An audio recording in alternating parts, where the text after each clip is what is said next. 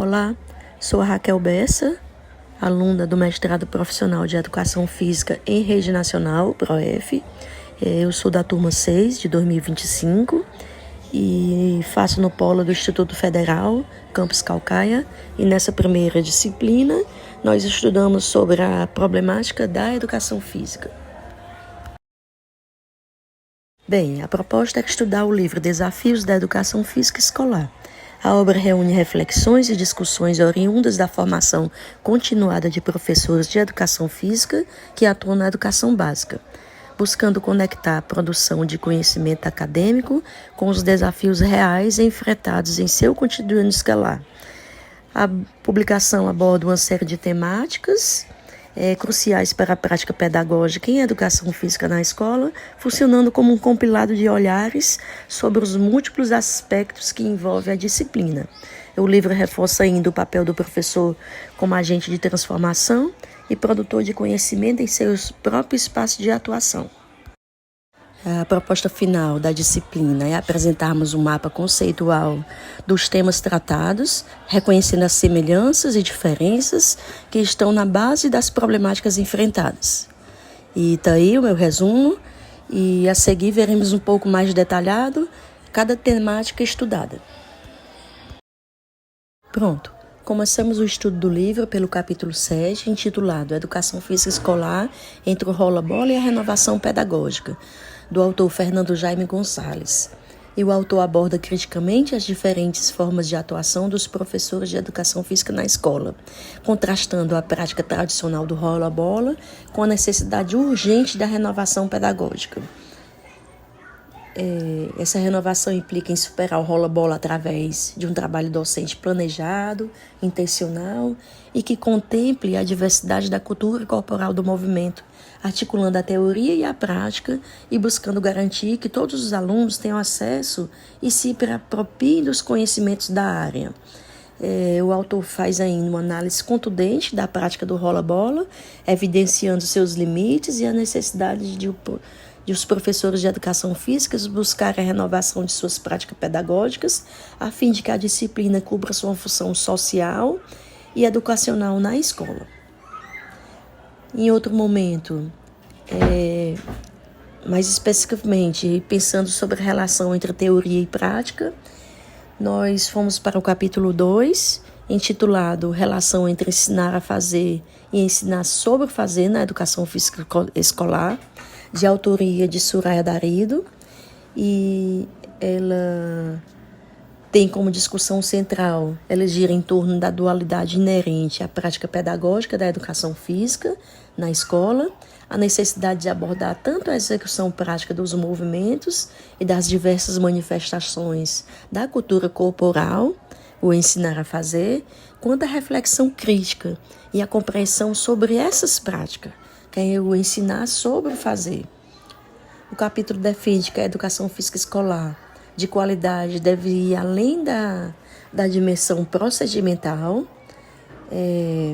Ele precisa integrar entre o ensinar a fazer e o ensinar sobre fazer, que é exatamente uma peça fundamental para que a educação física escolar seja significativa e transformadora. E cabe ao educador criar situações de ensino que estimulem tanto a experimentação e a vivência das práticas corporais, quanto o debate, a análise e a produção de conhecimento sobre elas. Em suma, Darido advoga por uma educação física escolar que vá além da simples execução de movimentos, promovendo uma aprendizagem integral que combine a dimensão prática com a reflexão crítica sobre o universo da cultura corporal de movimento. A integração do ensinar a fazer e do ensinar sobre fazer é apresentada como um caminho essencial para a qualificação da prática pedagógica na área. Estudando um pouco sobre os aspectos legais, a gente foi para o capítulo 1, da autora Fernanda Moretti, da Soraya Darido, intitulado como Educação Física como componente curricular da educação básica, seus aspectos legais. E elas abordam a fundamentação legal que insere a educação física no currículo da educação brasileira e as implicações dessa legislação para a prática pedagógica. Elas lembram a Lei 9394/1996, da LDB, que é um marco histórico, né? Um marco legal fundamental que garante a presença da disciplina nas escolas, e elas mostram que os desafios enfrentados não foram fáceis para a plena efetivação da educação física como componente curricular. E assim elas analisam o arcabouço legal que sustenta a educação física obrigatória no Brasil. Contudo, elas vão além da simples apresentação da lei, discutindo os desafios práticos e as necessidades de ações contínuas para garantir a plena implementação e a valorização da disciplina no contexto escolar, abordando inclusive a complexa questão das dispensas dos alunos, tão presentes ainda hoje em dia em nossas escolas, né? Teve um momento também da gente pensar sobre o afastamento e a indisciplina. Então, nós fomos para o capítulo 6, dos 3 autores, da Soraya Darido, da Fernando Gonzalez e do Guindy Siene. E o trabalho deles é o afastamento e a indisciplina dos alunos na educação física escolar. E os autores debruçam-se sobre 2 problemáticas persistentes e interligadas no cotidiano da educação física, que é o afastamento e a indisciplina dos alunos. E eles pontuam que esse afastamento muitas vezes são experiências negativas ao longo do tempo que os alunos passaram, né? A metodologia repetitivas, de um ano para o outro, na educação básica.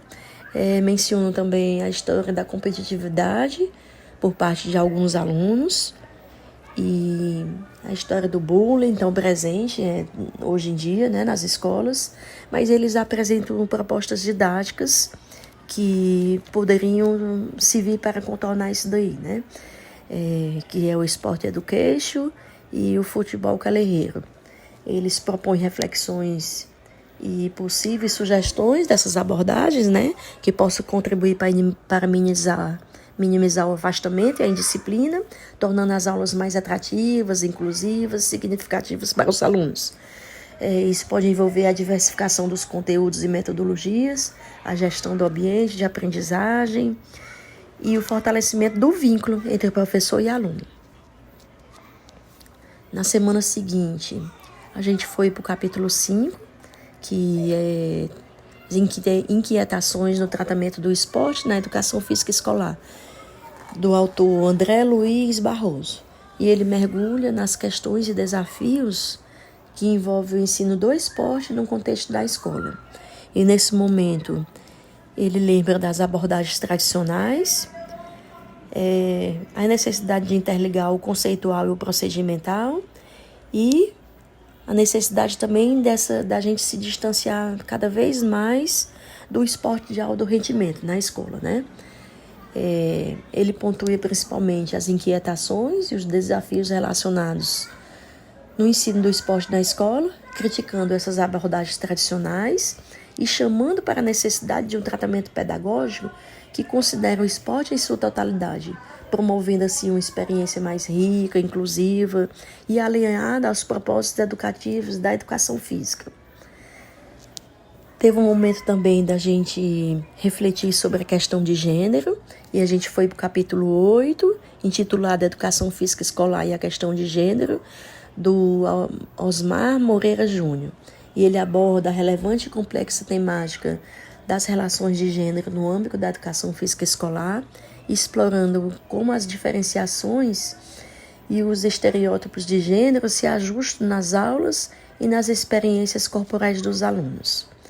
Ele destaca a importância de abordar as questões de gêneros nas nossas aulas e de promover práticas inclusivas que desafiem as normas de gêneros tradicionais.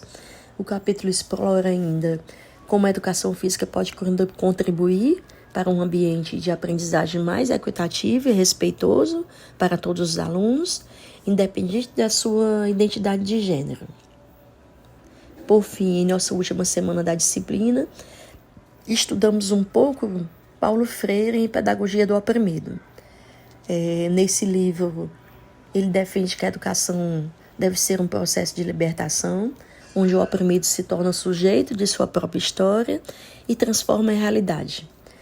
Ele critica ainda a educação bancária, que passivamente transmite conhecimento e propõe uma educação dialogada e problematizadora, onde o oprimido questiona e constrói o conhecimento. E assim, o professor de educação física, sob a perspectiva da pedagogia do oprimido de Paulo Freire, deve transcender a mera transmissão de técnicas e habilidades esportivas. Sua relação com os alunos deve ser dialógica, incentivando a reflexão crítica sobre as práticas corporais e seus significados sociais e políticos. O educador físico freiriano atua como mediador, auxiliando os estudantes a ler o mundo através do corpo, desvendando as opressões e buscando autonomia. As aulas se tornam um espaço de problematização da realidade, onde os alunos são sujeitos ativos na construção do conhecimento, e o corpo deixa de ser apenas objeto de treinamento para ser compreendido em sua totalidade histórica e social. Em suma, a pedagogia do oprimido convida o professor de educação física a ser um agente de transformação social, utilizando o movimento como ferramenta de conscientização e libertação. Pronto, aqui eu encerro minha apresentação com o meu mapa conceitual e eu espero que vocês tenham aproveitado esse momento. E é isso. Meus agradecimentos e até a próxima.